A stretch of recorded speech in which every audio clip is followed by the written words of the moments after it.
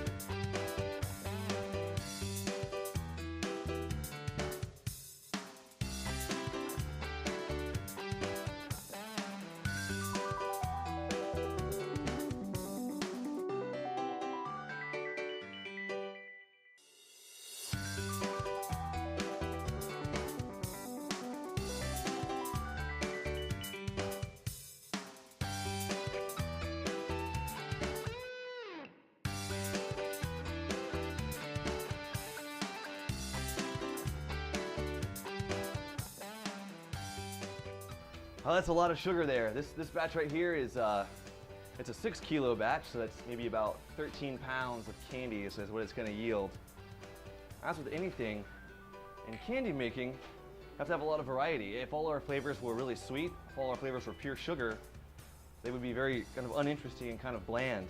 So I have a mix when I'm making candy of sweet and sour flavors. I could be doing grapefruit, or I could be doing eggnog, which is what this batch is, a very sweet flavor. And I think in some ways it's like a lot of life. When you grab a candy from the bag of mixed pieces, you never know if it's going to be sweet or sour, but you know it's going to be good and you know it's going to be interesting, and it's going to give you some kind of experience. Might not be exactly what you expect, but I think that every kind of candy is enjoyable, just like life experiences.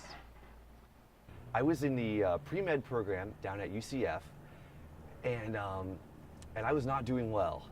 And whenever I walk into class, I felt like I was the one guy that didn't belong, basically. And my grades were certainly suffering. I was suffering from a lack of motivation. And so in my last semester of my undergrad in the pre-med program, I dropped out. And I wasn't sure what to do with my life. It was a really scary moment because you have everything planned out how you think that life is going to be, and then all of a sudden, for whatever reason, that just falls apart. And you have to think, well, how am I going to make a living? How am I going to have a career? Like, what am I going to do? And I was working in a pizza kitchen at the time, so I didn't really feel like that was a career for me. But I did feel embarrassed, a little bit. Because I'd have people come in to the pizza shop that knew that I was in school and ask me, like, how's school going? They're like, well, it's not. That's a hard thing to say because all you can think about is, like, what are they thinking? What are they thinking about me? Like, they don't know the whole story, but yet they have to have an opinion about it. One day I went home and I sat down in front of the TV and I turned it on and I started watching the Food Network. And this guy came on and he was making this beautiful candy and he was stretching it by hand and then putting these designs inside, and I was captivated. And I thought, I could do that. I saw myself on that TV screen, like actually making the candy.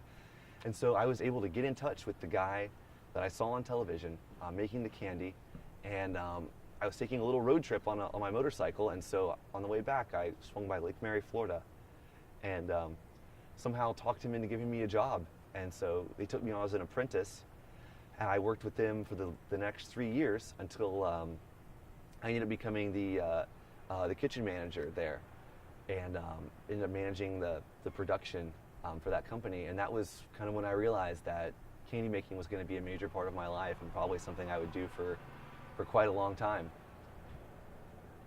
I started Rayleigh's Confectionery 3 years ago, mainly because there's not a lot of like career advancement for a candy maker. You know, I've been making handmade candy for about 10 years. I like to tell people it's my only marketable skill. And one of my favorite moments in starting the business, I was working another job. We hadn't told anybody we were doing it. It was a big secret that I was going to go and start this candy company. And but we had been, you know, I've made a bunch of spreadsheets. I tried to figure out, is this profitable? Can we do it? And then we decided it was. And so it was the first night that my wife and I had decided that this was go. We had to do this.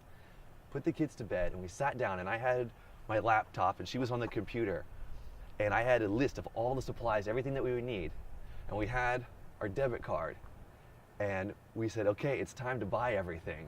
And so we got on, and I would say, okay, I would read out an item like, we need a 12-inch Mundial scissors.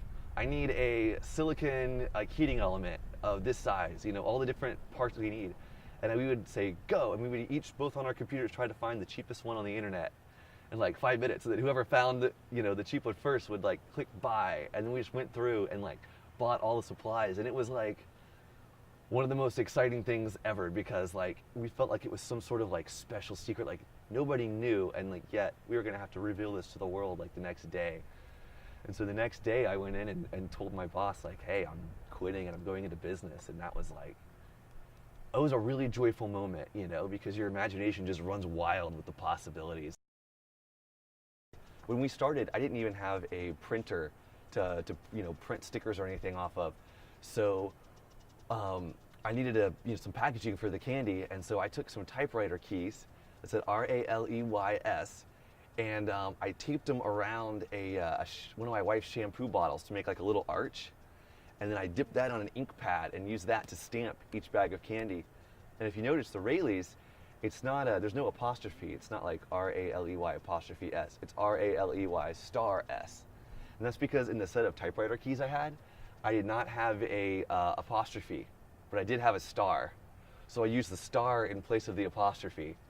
And so that's why there's a star in the logo. And then once we got up and going and were able to get a printer and get a graphic designer, and I had the graphic designer use that original stamp logo that we made as the inspiration for the Rayleigh's arch that we use on all of our packaging now. When you first start out and people are kind of skeptical about what you're doing, I can remember my friends and family kind of saying like, wait a second, Wesley, you're doing what? But after a couple years, all of a sudden they kind of saw like, oh, I was paying the bills and I was continuing to do it, and I was continuing to stick with it, and I wasn't getting bored of it, or I wasn't having trouble to make ends meet making candy. You really want to prove them wrong. You want to be like, no, this is legitimate. This is a real way to make a living. I can actually do this. And so once I finally got there, and every milestone, I feel really proud. When I bought a house and I got married and like all these other things, like I did this not just, in like a normal job, but in a job people thought I couldn't even like pay my own rent, So it was kind of cool. And I use that as a motivation, definitely. And then whenever you go on, you can always look back. And that's one of the coolest things about like when you're in business. I'm 3 years in now, and it's so different than being 1 year in, because now when things get scary, or like I'm like, oh man, I don't know, like we have like all these POs coming in, and I don't know if we can make things fast enough. Like I hope that I have the kitchen, I hope that I have my ingredients coming in at the right time, so that we're not like sitting there wondering where the peppermint extract is, before we have to make this huge batch of candy.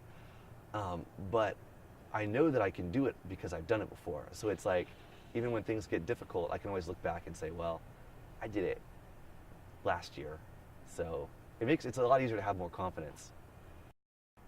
My goal, the big goal for the business, the big vision is to like make it a self-sustaining thing, which means that it runs itself. Like the end vision is that Rayleigh's Confectionery can make candy and run and make sales and do everything it does without me being there.